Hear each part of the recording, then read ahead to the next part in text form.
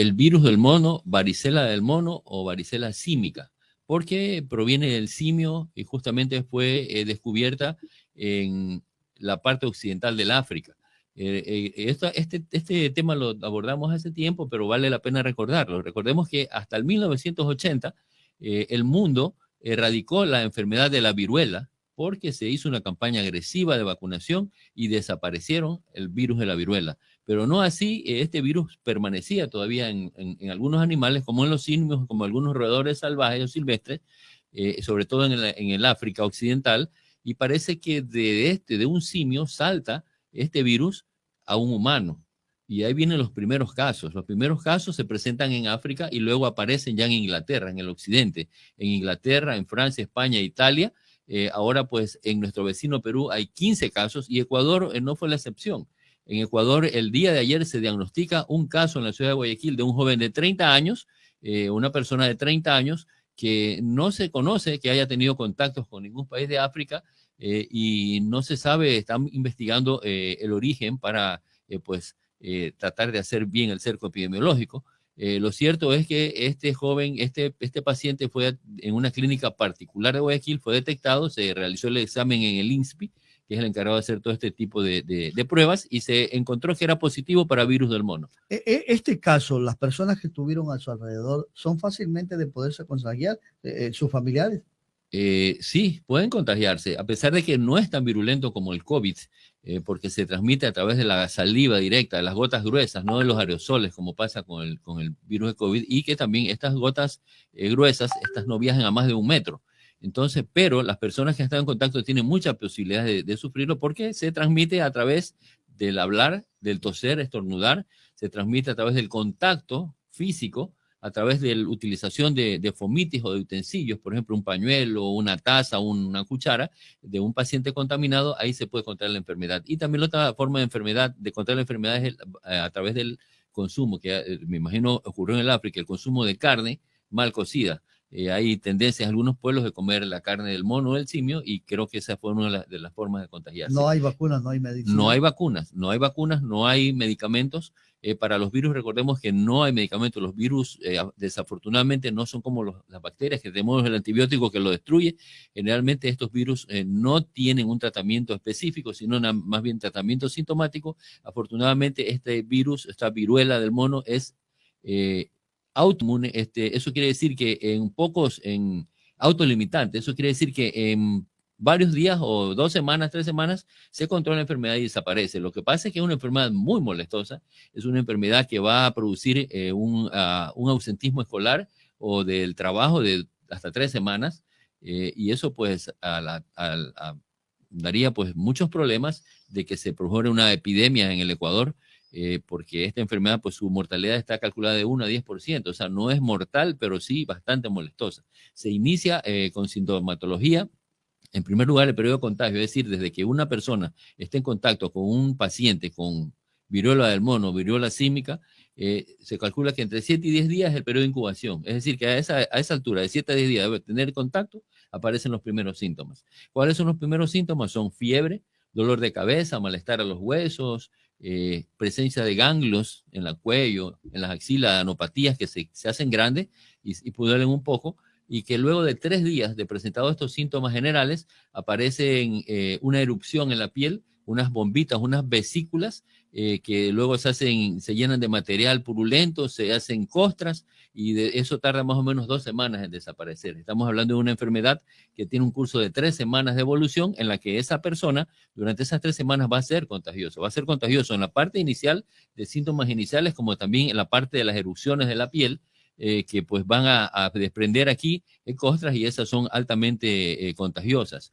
La característica de ese exantema o de esas vesículas es que se presenta inicialmente en la cara y luego aparece en la planta de las manos y las palmas de las manos y planta de los pies, así como también en el resto del cuerpo, y dura hasta 2 semanas en desaparecer.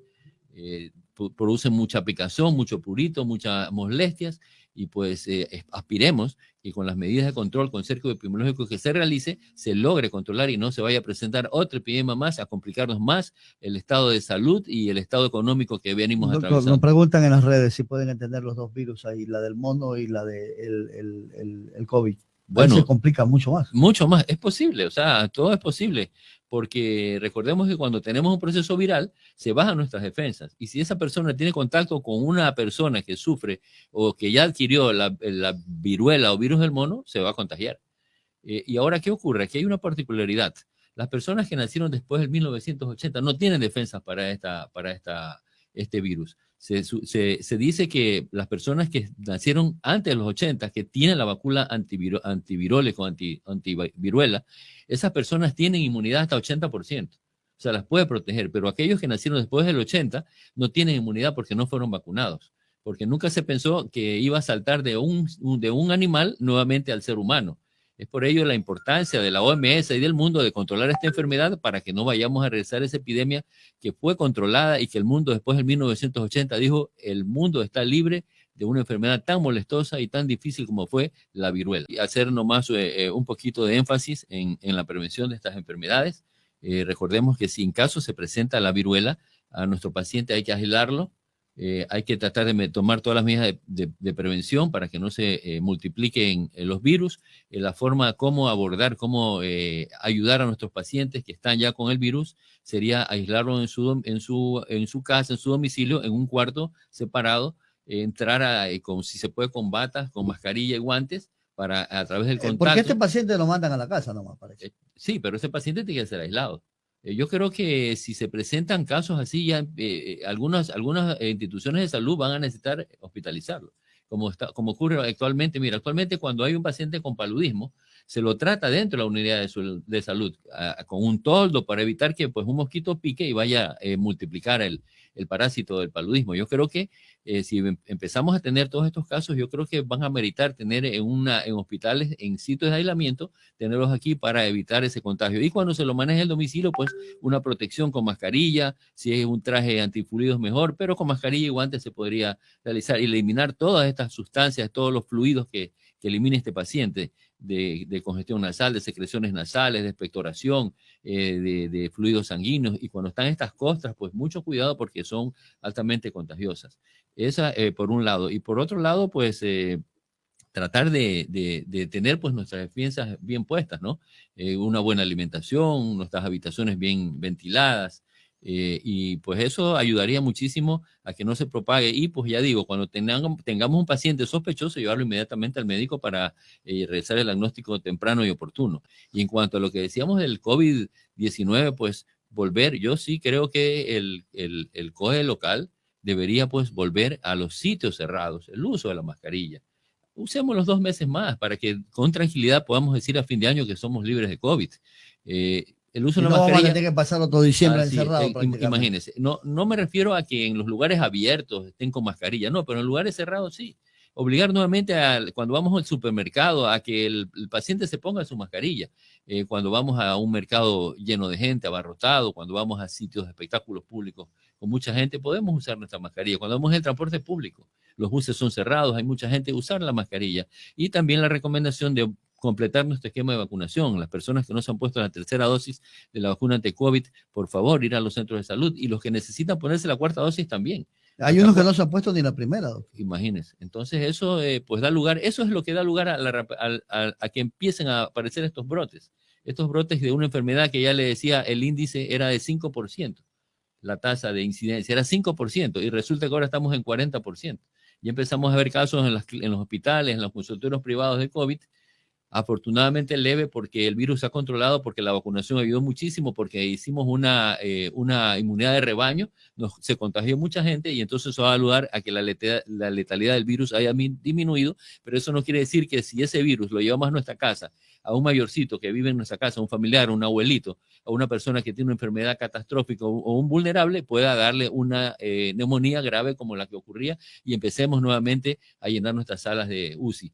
Ya, en lo que hace relación, y por acá nos consultan lo relacionado a este del mono, los síntomas, usted decía, son fiebre y todo, fácilmente pueden confundirse con cualquier proceso respiratorio. Fiebre, congestión nasal, malestar al cuerpo. Una particularidad es la presencia de ganglios. Ahí hay que sospechar. Cuando empiezan a aparecer los ganglios, se inflaman los ganglios en el cuello. A la altura de la garganta, ¿no? Exacto, al nivel de los ganglios, en la parte lateral del cuello, hay una cadena ganglionar que se inflaman esos ganglios. Ese es un síntoma. Ese es un síntoma. Y si de pronto ya cuando empiezan a aparecer las vesículas en la piel, ya está el diagnóstico. Así es, que hay que diferenciarlo con la varicela, hay que diferenciarlo con el sarampión, porque tiene sus particularidades diferentes.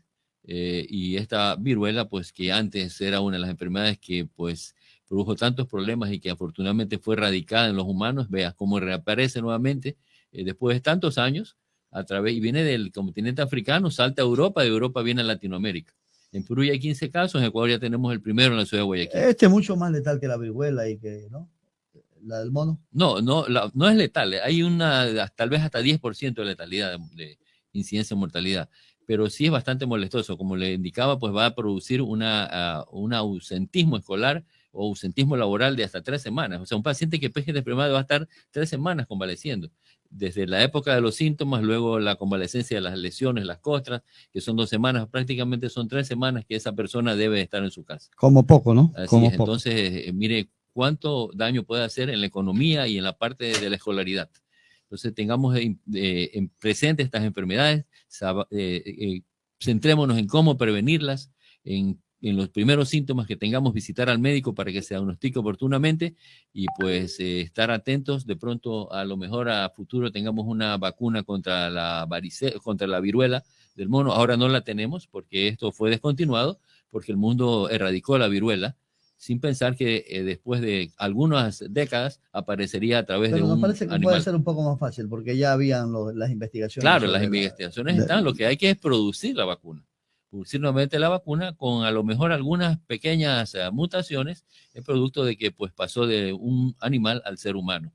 Entonces, a esperar que a futuro puede ser que se presente esta vacuna, pero si es que se toman todas las medidas necesarias y se logra controlar este pequeño brote, ahora pequeño, no sabemos a futuro, se podría pues que esto no se dé lo de la vacunación, porque ya le digo, pues fue erradicada en 1980 y todo el mundo se vacunó en esa época. Después de 1980 no hay defensas para esa enfermedad, porque ya nadie se vacunó, porque entendíamos y el mundo entendió de que ya estaba erradicada.